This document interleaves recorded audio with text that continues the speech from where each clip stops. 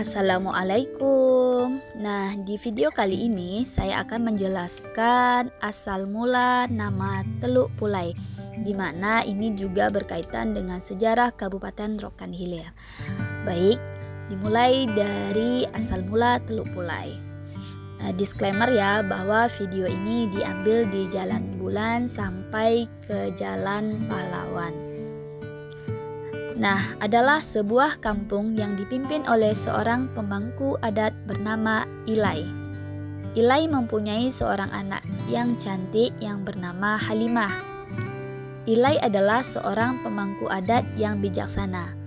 Pada masa dia menjabat, kampung itu dalam keadaan aman dan sejahtera. Pada suatu ketika, seorang pemuda dari kampung seberang yang bernama Bayang bersama 3 saudara laki-lakinya, yaitu Alang, Sayang, dan Angeh. Keempat pemuda itu menerobos hutan rimba yang lebat, yang ditumbuhi pohon pulai dan melintasi sungai dalam dan deras. Kedatangan pemuda di kampung Ilai untuk membuat gempar masyarakat.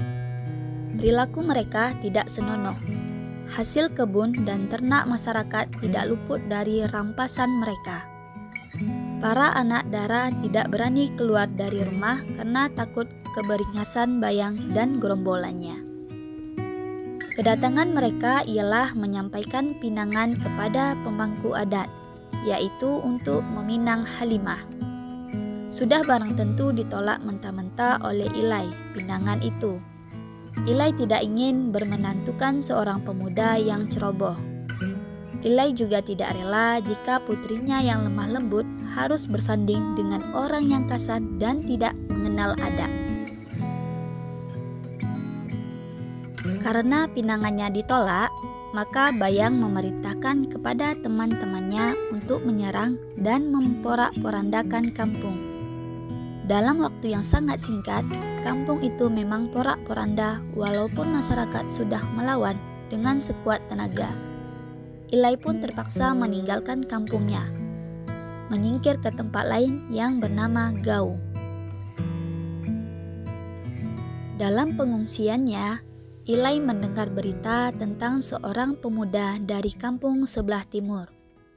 Pemuda itu dikenal baik karena perangainya yang baik dan telah berjasa di kampungnya. Dia diberi gelar sesuai dengan adat istiadat di negeri itu.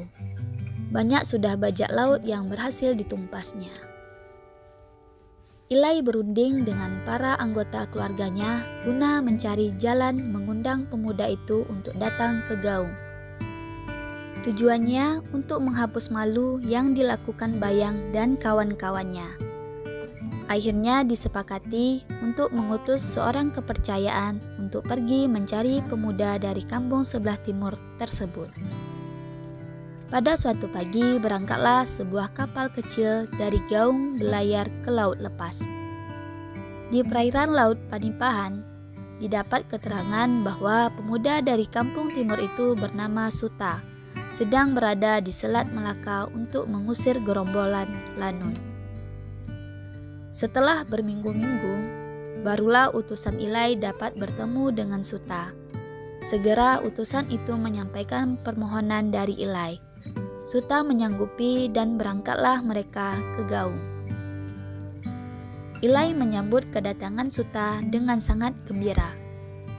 Setelah menjamu dengan sebaik-baiknya, maka Ilai dan Suta serta anggota kampung melakukan perundingan untuk melawan Bayang dan kawan-kawan. Keesokan harinya, anggota masyarakat mempersiapkan alat perang. Mereka juga dilatih berperang oleh Suta. Selanjutnya, mereka berangkat menuju kampung Ilai yang telah porak-poranda. Pertempuran yang sengit terjadi karena dua kekuatan yang sama-sama tahan uji, berlaga dengan sekuat tenaga. Setelah peperangan beberapa hari, pasukan Suta bertahan, sedangkan dari pihak Bayang banyak yang mati dan luka-luka. Sementara senjata mereka juga banyak yang rusak. Karena merasa pasukannya kalah, maka Bayang dan ketiga saudaranya mundur ke pedalaman yang tetapi terus diburu oleh pasukan Suta. Kita harus memburu musuh sejauh-jauhnya. Musuh harus merasakan bahwa serangan yang kita lancarkan membekas di hati mereka, sehingga mereka tidak berani lagi datang, ujarnya. Bayang dan saudara kocar-kacir tidak tentu arah. Bayang dan saudaranya berlari pulang menuju negerinya dengan rasa malu karena kalah. Akhirnya pasukan Suta kembali menduduki kampung Ilai. Utusan dikirimkan untuk menjemput Ilai untuk kembali ke kampung halaman. Rumah pemangku adat dibersihkan, dan kampung yang sudah porak-poranda dibenahi. Setelah itu mereka membersihkan jalan dan menghijaukan kembali kampung mereka dengan menanam pohon pulai, sejenis pohon kayu yang sangat ringan. Pada masa lalu, kayu pulai dapat dibuat dan dibentuk menjadi pelampung jaring dan sering juga dijadikan alat untuk pengulung pancing. Perayaan yang amat sangat diadakan untuk menyambut kemenangan dan pernikahan antara Sultan dan Halimah. Pernikahan dan kemenangan adalah anugerah yang tiada tandingnya yang diberikan oleh Allah Subhanahu wa Ta'ala kepada mereka. Untuk mengungkapkan rasa syukur, maka mereka sepakat untuk memberi nama kampung halaman yang sempat mereka tinggalkan karena terjadi konflik dengan sebutan kampung Ilai. Akan tetapi Ilai tidak setuju namanya digunakan. Mereka kembali berembuk dan menghasilkan sebuah nama, yaitu Teluk Pulai. Karena nama Pulai dengan Ilai tidak jauh berbeda. Kemudian di situ ditanam kembali pohon pulai dan pembangku pertamanya bernama Ilai.